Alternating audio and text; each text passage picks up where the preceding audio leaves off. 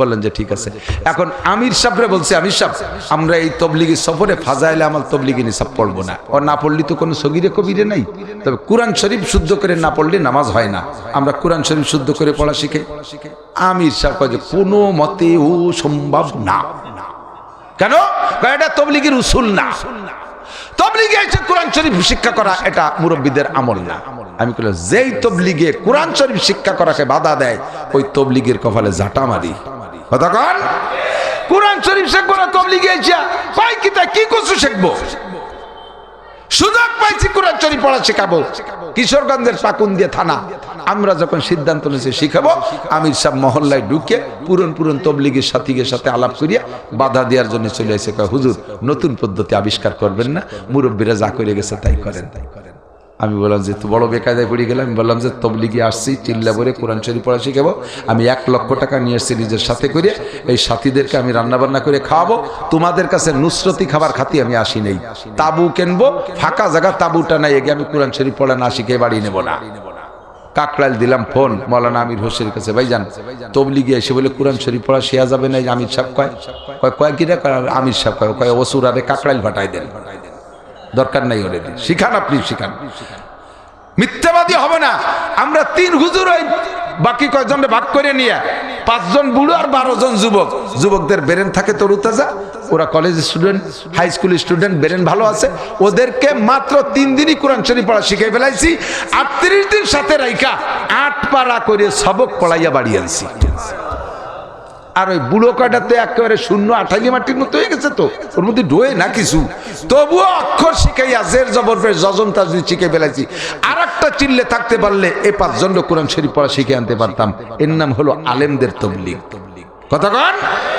আর মূর্খয় দল ধরে যাবে, খালি রান্না বান্না পিকনিক খাইয়ে দিয়ে, হ্যাঁ সুন্দর করে এ হলে ভালো হয়, ওটা হলে ভালো হয়, এখন রুটি গোশ হলে ভালো হয়, বিরিয়ানি হলে ভালো হয়, কাচ্চি খেলে ভালো হয়, পাক্কি খেলে ভালো হয়, সালাদ হলে ভালো হয়। গতকাল এটা খেয়েছি, ও মসজিদ আল্লাহ ভালো খাওয়াছে, সামনে দেখো কোন মসজিদ আল্লাহ নুসরত ভালো করে, সেখানে চলো। গুড়ার কচু শিখপা। এখন আমির সাহেব কেন শিখতে দেবে না? আমির সাহেব এই সব কয়জন শিখে গেছে, আমির সাহেব এই 38 দিনে 29টি অক্ষরই মুখস্থ করতে পারেনি। এই সামিরির আমির উনার যোগ্যতা জাহের হয়ে যাবে, এই বয়তে উনি কোরআন শরীফ শিখতে দেবে না। চিন্তা করতে পারে সেই সব মূর্খর দল মিলে যেই গ্রুপটা তৈরি হয়েছে, সেই গ্রুপটা আগে যা করতো এখনো তাই করে।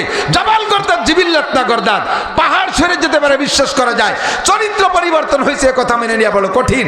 চলচ্চিত্রের নায়ক ছিল, এখনো নায়কই স্বভাব, সন্ত্রাস ছিল, এখনো সন্ত্রাসী স্বভাব, দাঙ্গাবাজ ছিল, এখনো দাঙ্গাবাজি স্বভাব, তাদের পরিবর্তন করতে পারে নাই। কতক্ষণ ঠিক কি ঠিক না? ভালো মানুষের সহবত অর্জন করেন, উলামায়ে কেরামের সাথে থাকেন, সিরু ফিল আরদ, জমিনের উপরে ঘোরেন, হাঁটতে চলতে শেখা যায়। কয় হুজুর তাহলে বাড়ি থেকে শেখান না? বাড়ি থেকে হয় না, বাড়ি থেকে হয় না। ইট বাটা দেখছেন না? ইট বাটায় ইট পোড়ায় না, ইট ওই রোলিং এর মধ্যে দেওয়ার পরে 72 ঘন্টা ইট পুড়ে 1 নম্বর 2 নম্বর 3 নম্বর জামা পর্যন্ত হয়ে যায়, ঠিক কিনা? আপনাদের অনেকের বাড়ি পুরন চুলো আছে, 50 বছরের চুলো আছে না? একই জায়গায় রান্না করে চুলো, 50 বছর ধরে পোড়াচ্ছেন চুলোর মাটি, এরপরও খেসো খুঁটানি দিয়ে খুসা দিলি পারে দেখবেন যে চলটা ধরে উঠে যায়। পরে কি বলে না? চুলার মাটি 50 বছর পোড়া খায়, তারপরে লাঠির খুসা লেগে চলটা ধরে খসে যায়। আর ইট বাটার মাটি 72 ঘন্টা পোড়া খাইয়ে জামা হয়ে যায়। পার্থক্য কোথায়? চুলোর মাটি রে পোড়াইয়ে থুই আসি সকালবেলা, গরম তো হয় কায়দা মতো, কিন্তু দুপুরতীয় তোর পাশাইলি আসাইলি তো কাছে কাছে ঠান্ডা, ওই ঠান্ডারা ভাব দিয়ে যা জুড়ো গরম হয়েছিল তাই সে জুড়োই ফেলে বেশি। আবার দুপুরে রান্ধে বান্ধে তুই আসে গরম হয়ে যায়, রাত পর্যন্ত আবার সে পাশাইলিরা ঠান্ডা দিয়ে তার জুড়োই ফেলে। এই জন্যই ওর জীবন বেড়ে খোসা খায় আর চলটা ধরে উঠে যায়, ভালো পায় না। আর ইট বাটার ইট সাঙ্গবাঙ্গ আপনজনকে ছাড়িয়ে দিয়ে, আপনজনদেরকে ছাড়িয়ে দিয়ে সাইজ মতো যে কিলিমির মধ্যে ঢুকছে, 72 ঘন্টা কাহারোর সাথে করে সম্পর্ক নেই, পোড়া খাইয়ে পাকা জানু ইট জামা হয়ে গেছে। এই জন্য তুমিও এই জায়গা ওয়াজের মাঠে যেটুকু গরম হবা, মসজিদে যেটুকু ওয়াজে গরম হবা, বাড়ি যাওয়ার সাথে সাথে তোমার হয়তো ঠান্ডা মাটিতে ভরা, মাইয়েরটা আদা ল্যাংটা, বিটার বইয়েরটা গলা সমান খোলা, এরপরে টেলিভিশন সিডি ভিসিআর ইত্যাদিতে যেটুকু গরম হয়েছিল তার চেয়ে জুড়ে যায় বেশি। কাজেই তুমি বাড়ি থেকে ফাঁকতে পারবা না। 72 ঘন্টা সাঙ্গ পাঙ্গ ছাড়িয়ে কিলিমির মধ্যে ঢুকতে হবে মসজিদের মধ্যে 3 দিন। কয়দিন? 3 দিন। 1 চিল্লা 3 চিল্লা এই কিলিমির মধ্যে ঢুকলে তাহলে তুমি পাকা হয়ে বের হবা। এই সফরের নাম শিক্ষা সফর। আল্লাহ তাআলা আমাদের তৌফিক দান করে, বলেন আমিন। বলেন 31শে জানুয়ারি কি কি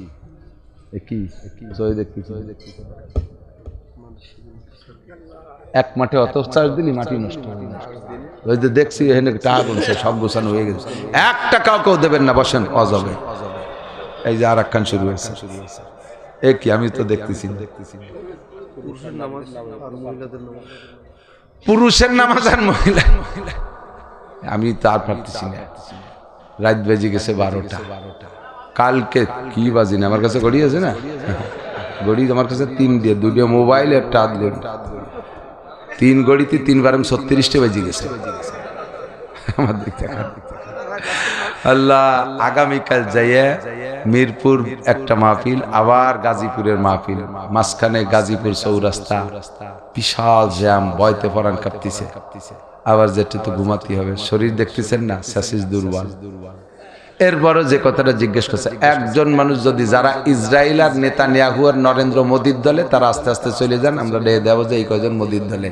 শুধুমাত্র পেশাব আসলে এক আঙ্গুল উঁচু করবেন, বসবো যে বুড়ো মানুষ, জায়গা নষ্ট করে দেবেন না। আমি বসবো, এই 1 আঙ্গুল দেখাবেন, তাতে বসবো যে মাদ্রাসে 1000 টাকা দেবেন, আপনি 1000 দিয়ে পেশাব করে শুয়ে থাকেন, আপনার ডাইয়ে উঠবো না। মিথ্যে কথা, আঙ্গুল দেখলে ডায়াবেটিস হবে। মোদির দল আর ইসরায়েলি নেতানিয়াহুর দলে ছাড়া আর কেউ উঠবে না ইনশাআল্লাহ। ছোট্ট প্রশ্নের জবাব এদিক থাকেন। নারী আর পুরুষের নামাজ 1 না 2 রকম? নারী আর পুরুষ কি 1 না 2 রকম? নারী আর পুরুষ উভয়ের জন্য পর্দা ফরজ না নফল? পর্দা শুধু নারীদের না পুরুষেরও? তাহলে 2 জনের পর্দা ফরজ। এই পর্দা ফরজ যদি 2 জনের হয়, 2 জনের পর্দা তাহলে একরকম হতে হবে। মহিলারা বোরকা পরে আটে যায়, আপনারা বেটারাও বোরকা পরে যাবেন। হ্যাঁ, 2 রকম পর্দা, 2 রকম না, 2 রকম। তাহলে এই পর্দাও যদি 2 রকম, মহিলার পুরুষের হজও 2 রকম। পুরুষটা কোনো সেলাইওয়ালা কাপড় পরে যেতে পারবে না, মহিলারা নিজেদের সালোয়ার কামিজ পরে যেতে হবে। তাহলে সে জায়গায় পুরুষটা কোনো সেলাইওয়ালা কাপড় পরতে পারবে না, বুতাম লাগাতে পারবে না, আর মহিলারা সবই পারবে। 2 রকম হজের মধ্যেও দেখতেছি।